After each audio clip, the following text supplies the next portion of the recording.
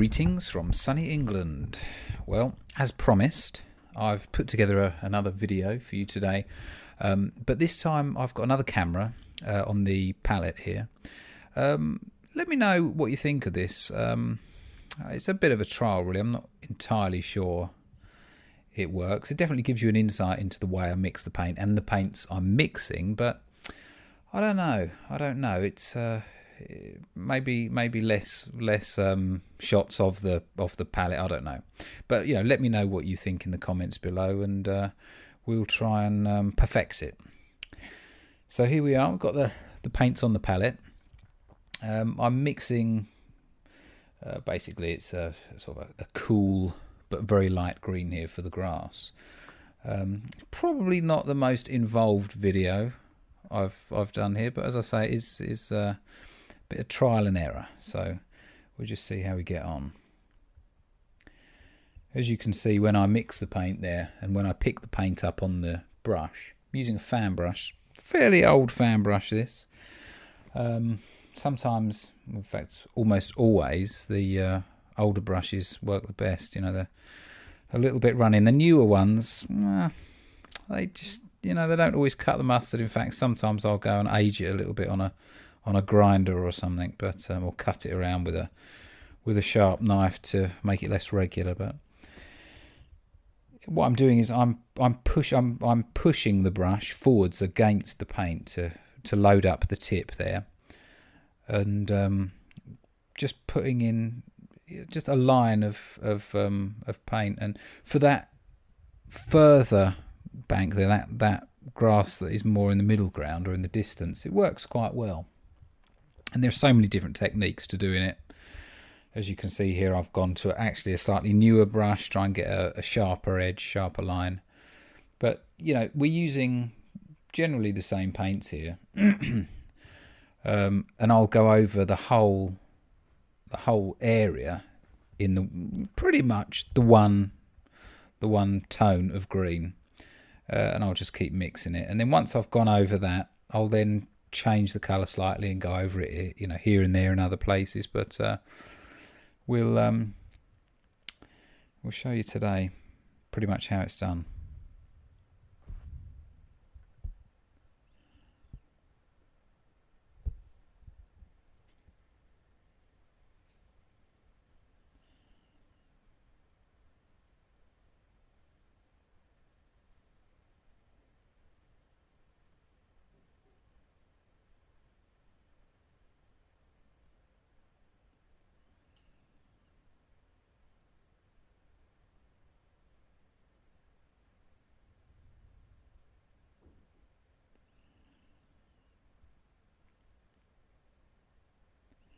Also being careful not to, cover the whole area. We want to leave some of those darker bits in.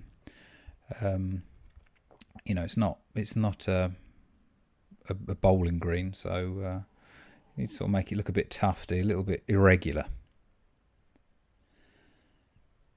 Just keep putting it on, and I haven't actually mixed a different colour yet, have I? It's just the same colour. I'll go over the majority of it with that. But it's a good technique, this. You can use this technique for, more upfront foliage.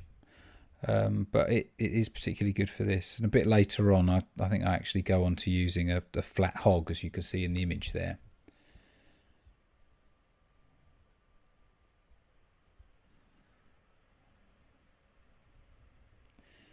Just zip through this, otherwise we'll be here all day. And I think it's probably about 3 hours condensed into 10 minutes or so here.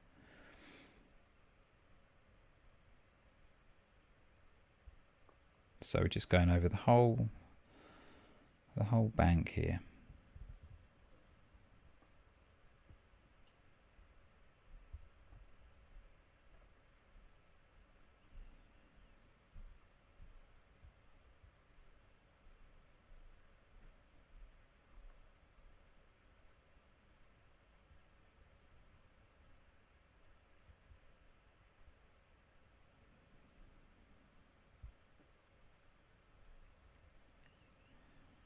in the photograph we've got this darker edge just as the grass meets the path there, and I think I might put some sort of darker greens over the top of that, but I think I'm going to leave that sort of slightly dark. I like the way the path is in contrast with it.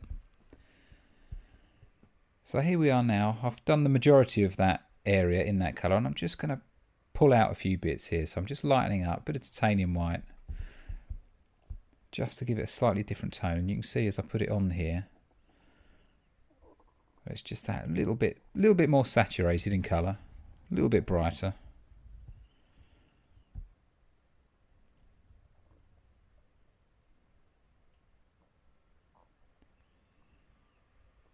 And we're just going to build it up.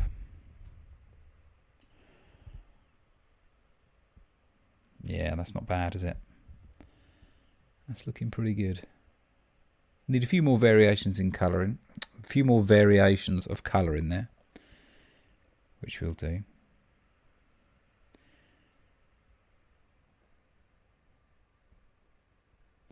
So here we're going in with a bit of burnt umber. Got a bit of that magenta in there as well.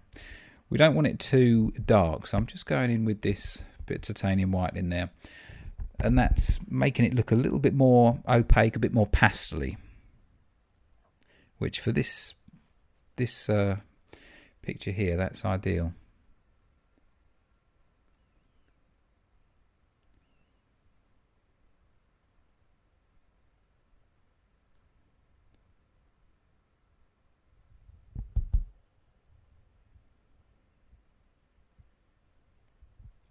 I don't know what these bits are. I think they're just, I mean, obviously you've got, you know, variations of colour in the grass there, but these seem to be, looking at the photograph, they're just like tufty bits of, I don't know, I guess it's sort of like dead grass really, or the darker areas of the dead grass. And in a second you'll see me go over with a lighter colour, just to pick out the highlights. But I don't really know what they are, but you know what, let's just put them in. It doesn't really matter, does it? But I think you do need that variation. One of the things I have learned is to put in sometimes even more colours than you think are necessary, and it really does make it look real. It's too easy sometimes just to go in with, you know, one or two colours, and it will look a bit flat, but this is something I learned the hard way, really. That finishing, that's a difficult bit to learn, that finishing a picture. So here we are now with the lighter areas in there.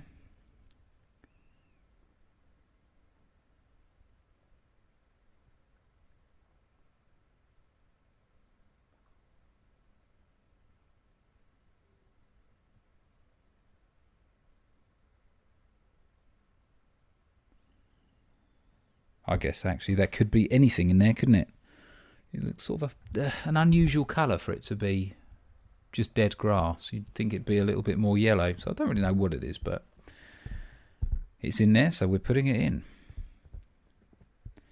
Lighten that up a bit. Going a little bit warmer. Actually, that magenta, you mix that with a little bit of yellow, and it really does give you a nice warm colour.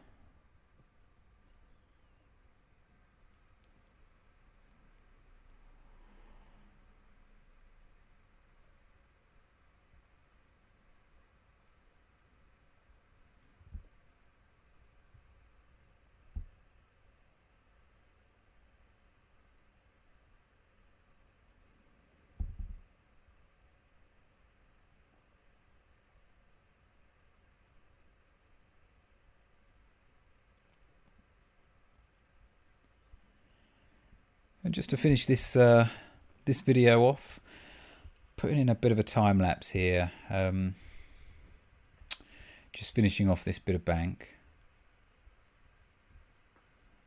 A little bit more detail in this one, but you'll see as I build it up how it works.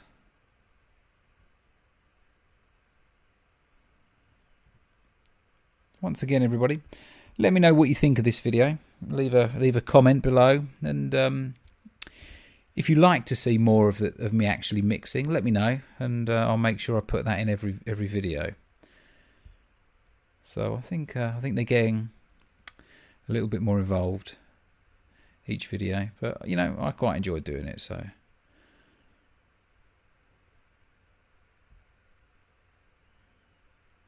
I'm going to leave you with the time lapse now. Thanks for watching, everybody, and I shall see you all next week.